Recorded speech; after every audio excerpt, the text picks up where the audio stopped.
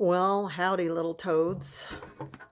What do you say? Are you ready for chapter 9 called Shooting Match of the Indian in the Cupboard? Omri put the cowboy and horse in his sock drawer while he had the quickest supper on record. Oh, I should say before we get started with this chapter that in the last chapter, Patrick had decided he wanted his own little person too. And so he put a cowboy in the cupboard. And now that just kind of belongs to him, but he doesn't really know how to handle it very well. So could get bad. Okay, we'll start again. Omri put the cowboy and horse in his sock drawer while he had the quickest supper on record. Then he raced upstairs again, stopping only to pinch a few grains of Gillen's rat feed for the two horses. Shut up in his room, he took stock. A room this size was like a sort of indoor national park to the cowboy and the Indian. It should be easy enough to keep them apart for one night. Omri thought first of putting the new pair straight back in the cupboard and then bringing them back to life the next morning in time for school. But he had promised Patrick not to. So he decided to empty out the dressing up crate and put the cowboy and his horse in there for the night. The crate was about 2 feet square, made of planks. There was certainly no visible way out of it for the cowboy. Omri put him carefully down into it. Looking down at him, he felt curious about his name, where he came from, and so on. But he decided it was better not to talk to him. The cowboy had clearly decided that Omri was not really there at all. When his big hands reached down, carrying some cold stew, grain for the horse, and some fragments of apple for them both, and later some cotton wool and scraps of material for bedding, the cowboy deliberately covered his eyes by pulling down his big hat brim. It was only when Omri reached in one final time to give him a drink of water in a minute green glass bottle that he had found in the bathroom cupboard that the cowboy spoke a word. "Take that filthy stuff out of here," he suddenly shouted in his strong Texas accent. "I ain't aiming to drink no more of that as long as I live." And he heaved the bottle, which was almost as big as himself, up by its base and tipped its contents out onto the boards at the bottom of the crate. "It's only water," Omri ventured to say. "You shet your mouth," shouted the little man. "I won't take no lip from no gol-derned hallucination, no sir. Mebbe I do drink too much. Maybe I can't hold my liquor like some of them real tough guys do. But if I'm getting the delirium tremens..." Okay, delirium tremens. That is an actual thing. And when people drink too much alcohol and they become alcoholic, and then if they try to get off of the alcohol, sometimes they get this thing called delirium tremens, and they hallucinate and they think and feel like they have bugs crawling all over them. Apparently, it's a really terrible thing. So that's what delirium tremens is. And starting in to see things, why couldn't I see pink elephants and dancing rats and all them purty things other fellows see when they gets far gone? So apparently this cowboy thinks he's drunk. Maybe he'd been drinking, and that's why he just thinks that Omri is some kind of a hallucination. "It ain't fair for me to see giants and blue deserts and get put in boxes the size of the Grand Canyon with no one but my little hoss for company." He sat down on the pile of hay, took the horse's nose in his arms and put his face against it and began to sob. Omri was shattered. A cowboy crying? He didn't know what to do. When his mother cried, as she did sometimes when things got too much, she only asked to be left alone till she felt better. Maybe all grown-ups were like that. Omri turned away and got slowly into his pajamas and then went to see how Little Bear was getting along on the far side of the crate. He'd finished the painting. The teepee looked really good. Little Bear was now in the longhouse arranging his blanket for the night. The pony was tethered to his post on a long rope. Omri took out the rat food and gave it to him. Then he called Little Bear out. Are you okay? Anything you need? He should have known better than to ask. Plenty. Want fire in Longhouse. Keep warm. Keep animals away. Want tomahawk. So you can chop bits out of my leg? Little Bear went Little Bear angry when say that. Sorry now.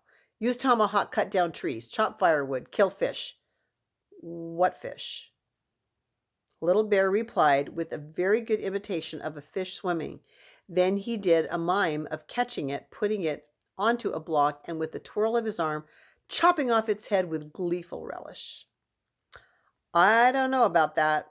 You get tomorrow fish from plastic. Good tools, but fire now, Little Bear say. Omri sighed. He went to the wastepaper basket and picked out the remains of the other fire that he'd thrown away in there. There was quite a lot of the firelighter left. He gathered up some of the bits of willow bark and twigs from where Little Bear had been working. You're not having it inside, though. Far too dangerous. He arranged the fire on the packed earth of the seed tray about 6 inches from the entrance to the longhouse, first moving the teepee to safety. Then he struck a match, and soon there was a cozy blaze. Little Bear crouched beside it, his red skin glowing and his eyes bright with pleasure. Little Bear, can you dance? Yes, many kinds. Would you do one now so I can see? He hesitated, then he shook his head once. Well, why not, though? No reason, dance. Maybe if I got you a wife? The Indian looked up eagerly. You get? Give word? I only said I'd try. Then Little Bear dance.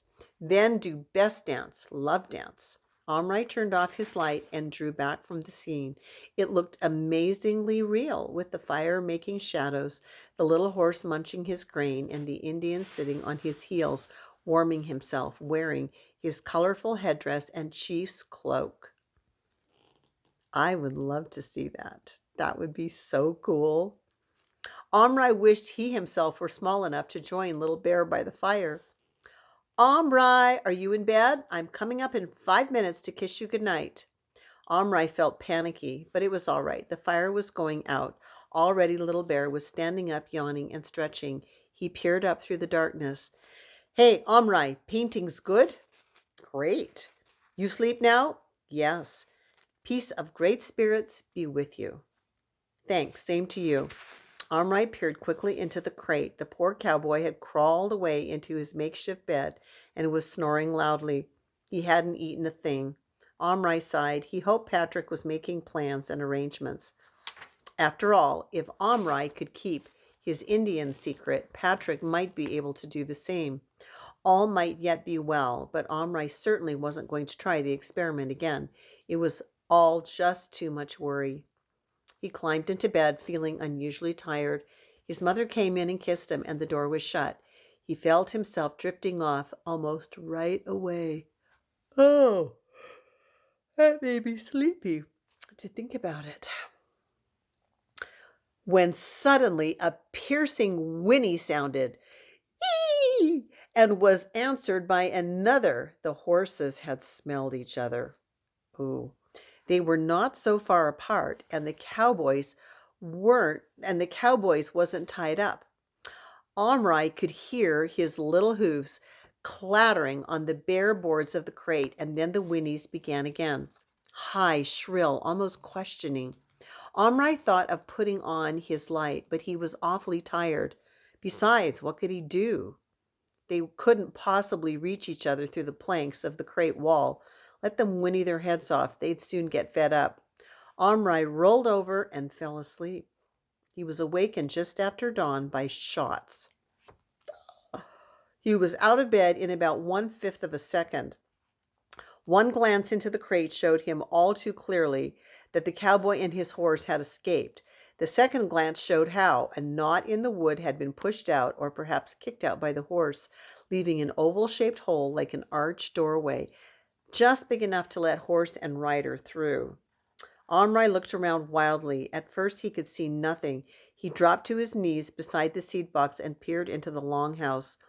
Little Bear was not there, nor was his horse. Suddenly, some tiny thing whizzed past Omri's ear and struck the crate beside him with a ping. What do you think that might be? Twisting his head, Omri saw it, a feathered arrow the size of a pin still quivering from its flight. Was Little Bear shooting at him? Little Bear, where are you? No answer, but suddenly a movement like that of a mouse caught the corner of his eye. It was the cowboy. Dragging his horse behind him, he was running, half bent over, from behind one chair leg to another. He had his revolver in his hand, his hat on his head. Another arrow flew, missing the crate this time and burying itself in the carpet, just ahead of the running cowboy, who stopped dead. Just a minute here. I got to read that whole sentence again, okay? Another arrow flew, missing the crate this time and burying itself in the carpet, just ahead of the running cowboy, who stopped dead, jumped backwards till his horse hit him, and then fired another 2 shots from behind the horse's shoulder. Omri followed his aim, spotted Little Bear at once. He and his horse were behind a small heap of cloth, which was like a snow-covered hill to them, but was actually Omri's vest, dropped carelessly on the floor the night before. Little Bear, safe in the shelter of this cotton mountain, was just preparing to shoot another arrow at the cowboy, one that could hardly fail to hit its mark. The poor fellow was now scrambling desperately on his horse to try to ride away, and was in full sight of the Indian as he drew back his bowstring. Little Bear, stop! Omri's frenzied voice rang out. Little Bear did not stop, but his surprise spoiled his aim, and the arrow sped over the cowboy, doing no worse than sweep away his big hat and pin it to the baseboard behind the chair. This infuriated the little man, who, forgetting his fear, stood up in his stirrups and shouted, "Tarnation take ye, you red varmint! Wait till I catch ye. I'll have your stinking red hide for a sleeping bag." Pretty racist stuff, huh? With that, he rode straight toward the Vest Hill at full gallop, shouting out strange cowboy war cries and waving his gun, which by Omri's count still had 2 bullets in it. Little Bear had not expected this, but he was only outfaced for a moment. Then he coolly drew another arrow from his quiver and fitted it to his bow. "Little Bear, if you shoot, I'll pick you up and squeeze you," Omri cried. Little Bear kept his arrow pointing toward the oncoming horseman. "What you do if he shoot?" he asked. "He won't shoot. Look at him." Sure enough, the carpet was too soft for much galloping, and even as Omri spoke, the cowboy's horse stumbled and fell, pitching its rider over its head. Little Bear lowered his bow and laughed. Then, to Omri's horror, he laid down the bow among the folds of the vest, reached for his knife, and began to advance on the prostrate cowboy. "Little Bear, you are not to touch him. Do you hear?" Prostrate means like you're lying face down on the floor, kind of sprawled out on the floor. So the cowboy, he's a little bit in some trouble here. Little Bear, you are not to touch him. Do you hear? Little Bear stopped. He tried to shoot Little Bear. White enemy, try take Indians land. Why not kill? Better dead. I act quick, he not feel. You see. And he began to move forward again. When he was nearly up to the cowboy, Omri swooped on him. He didn't squeeze him, of course, but he did lift him high and fast enough to give him a fright. "Listen to me now.